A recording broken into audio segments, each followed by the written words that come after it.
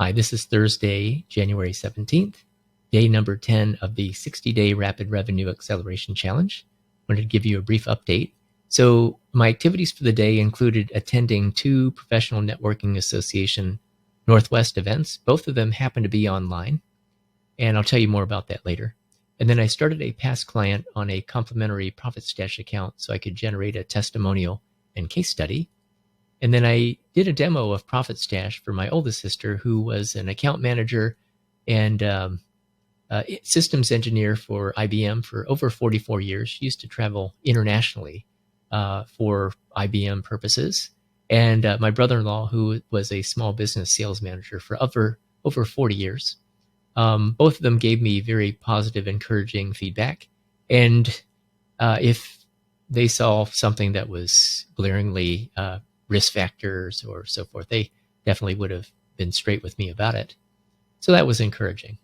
In terms of outcomes for the day, from the first virtual event that I attended, I received 2 invitations to meet with a couple of the business owners who attended. And then from the second event, I've already scheduled a meeting to meet with one of the business owners on Friday. This is what I learned today. And you'll hear more about this in the video snippet that follows, that in general, Chamber of Commerce events are different than business networking events.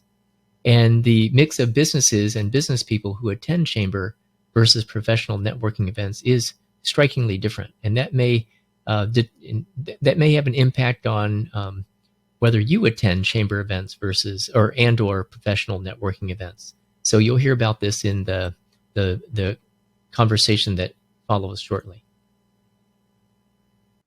I attended a virtual networking session early this morning, 7:30. And it was with the Professional Networking Alliance Northwest, Bothell chapter, so nearby. It's actually pretty good. I thought it was well run. They really ask questions and you really get feedback from the group to support you, like who's a good referral. When someone did a presentation, we gave feedback on what they, what their message was, who are good referrals for this particular person, some creative ideas for them to improve their marketing, things like that, and other channels for them, basically. So it was really using the group brainstorm for supporting the presenter and really supporting each other. So I thought it was a good group. And then right afterwards, one person called me, wanted to set up time to talk, and another person emailed me. And then I found out during that session that they also had an online group that's separate from these in-person chapters. And it's for the whole state of Washington. So I went to that one. That was quite good as well. And then there's somebody who specializes in social media. I'm going to speak with her, I think, tomorrow. And then I talked with Dan Bowser about this. And what I realized in talking to him, I was telling him that, in contrast to what I did in 2005, it seems like nobody's super interested, except I got more people reaching out to me from the virtual networking that I did today. Right. And then I realized talking to him that, what's different? Mm-hmm. When I went to the groups in 2005 and held up my flyer, they were not chambers of commerce. I did not go to a single chamber of commerce event back then. They were all networking groups. And I realize now in retrospect that, like, even my experience of, I think I've gone to 5 events now. And the last 2 were networking groups. Today, the virtual ones I went to today, networking groups. So there is a difference now that I look back between the mix of businesses and people who are going to chamber events and the mix of people going to networking groups. For instance, at the chamber event yesterday, there were 3 representatives from a local college, including the college president. Right. He's not going to these networking groups. He's going to a civic chamber type group. Right. Okay, so instead of being discouraged that nobody's responding, at chamber events, I realize it's those people that we're looking for.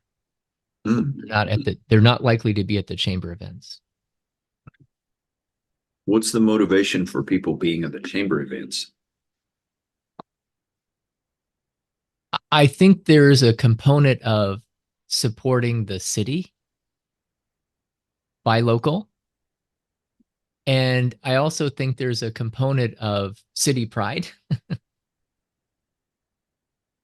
And I think there's also a component of,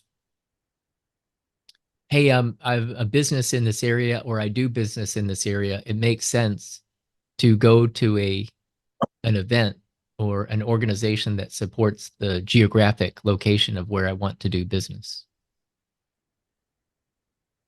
Whereas at the networking groups, yeah, they're geographically located, but they're not saying, I want to do business with people in this geographic area. But I think it goes beyond that. In these networking groups, it is structured more so that you are supporting each other to be successful.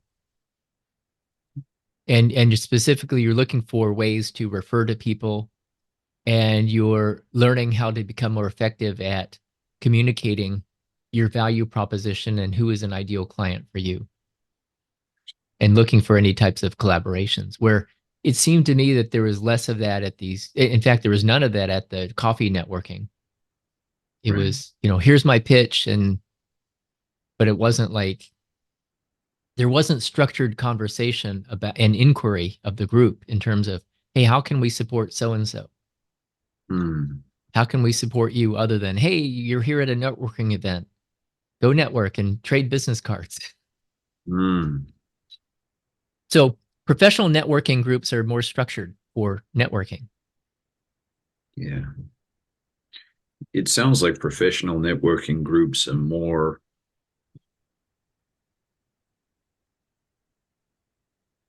adapted for people who are hustlers and trying to win. Yeah. Yeah. And chambers are more for like being local buddies. Yeah. I think you're right. Yeah. So that was an interesting revelation that I got That's a good. more. Yeah, it's a good one. So I've got on my list some other events to go to that are with that professional networking group. And then I think I mentioned to you my buddy who I was working with today on Profit Stash. It's his networking group next week that I'm going to. I was supposed to go today, but he said the event's actually next week. So that's the 7:31 next week. Okay, so with wrapping up that conversation about networking versus chamber events, um, my outcomes for the day include that I heard back from the director of the Entrepreneurship Center at Edmonds College, and he invited me to tour the facilities next week, which I'm scheduled to do. In terms of the summary of my results, so potential leads for Profit Stash, 1, influencer introductions and connections, 3, new trial users, 0, new MRR, 0, current trial users, 1, and current new MRR, none. Okay, that's it for now. I'll keep you updated on my progress for day 11 tomorrow. Thanks.